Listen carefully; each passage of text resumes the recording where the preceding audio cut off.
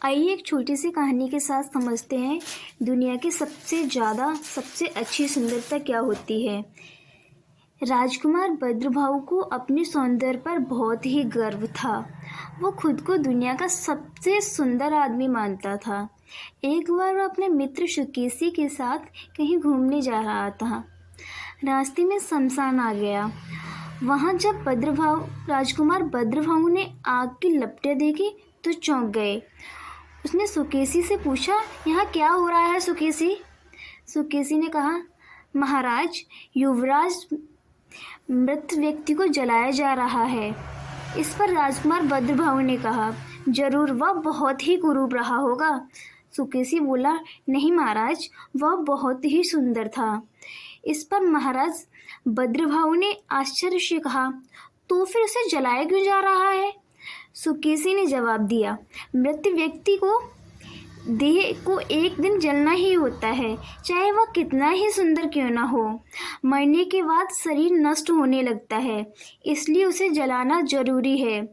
यह सुनकर राजकुमार बद्रभाऊ को काफ़ी धक्का लगा। उसका सारा अहंकार चूर चूर हो गया, मानो उसका सब कुछ वहीं नष्ट हो गया हो। उसके बाद से वह हरदम उदास और बहुत ही दुखी रहने लगा। इससे उसके परिवार के लोग और मित्र भी बहुत चिंतित हो गए। आखिर ऐसा क्या हुआ राजकुमार बद्रभाऊ के साथ कि वह इतने प्रसन्नचित्त स्वभाव के व्यक्ति थे, अचानक ऐसा उन्हें क्या हुआ? एक दिन राजकुमार बद्रभाऊ को महात्मा के पास ले जाया गया। सारी स्थिति को जानकर महात्मा ने उसे समझाया, कुमार, तुम भारी भूल कर रहे हो। शरीर थोड़ी ही सुंदर है, सुंदर तो होता है उसमें रहने वाला हमारा मन, हमारे विचार और कर्म की सुंदरता है। यही हमारी प्रधान चीज़ें हैं, इसी से हमारी शारीरिक सुंदरता होती है। केवल शरीर के सुंदर मात्र से ही सब कुछ नहीं होता।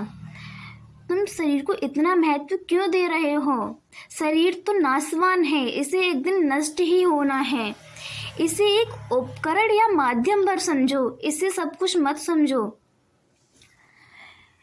अपने विचार और कर्म को सुंदर बनाने का प्रयत्न करो और यह हमेशा करते रहना चाहिए, क्योंकि समय के नष्ट होने के बाद इसे हम उपयोग नहीं कर पाते, तो सिर्फ सुंदरता हमारे विचारों की वही जीवित रहती है।